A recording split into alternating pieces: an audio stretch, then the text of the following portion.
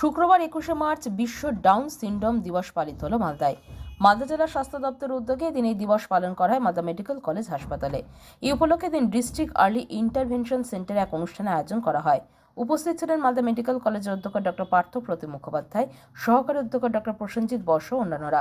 তারা সকলে মিলে ডাউন সিনড্রোম রোগে আক্রান্ত শিশু ও তাদের পরিবার বর্গকে নিয়ে এক সচেতনতামূলক অনুষ্ঠান করেন।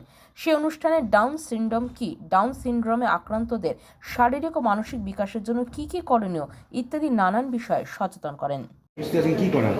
আজকে বিশ্ব ডাউন সিনড্রোম জায়গা নেই 21শে মার্চ সারা বিশ্ব জুড়ে আজকে একটা যে আমাদের ডাউন সিনড্রোম যে পালন করা হয় সেই পালনের অংশ হিসেবে আমরাও পালন করলাম।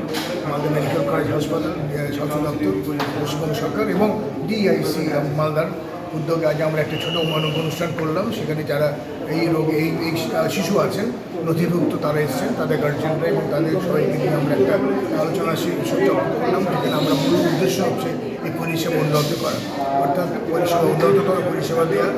এই ডিআইসির প্রধান উদ্যোগ হচ্ছে শিশু জন্মের পর তার অলরেডি তার কোনো জন্মগত যদি থাকে সেটাকে নির্ণয় করা এবং তার সামগ্রিক চিকিৎসা এবং তার রিহ্যাবিলিটেটিভ, অর্থাৎ তাকে বিভিন্ন থেরাপির মধ্যে দিয়ে সাহায্য করা। এটা আমাদের উদ্দেশ্য।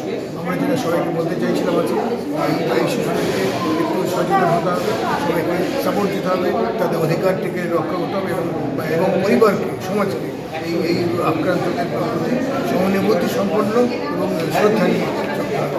এভাবেই এরা সুস্থ থাকবে এবং এদের যে রোগ হয় সেই রোগগুলিকে বারবার একটু নজর রাখতে হবে। You go news Bangla.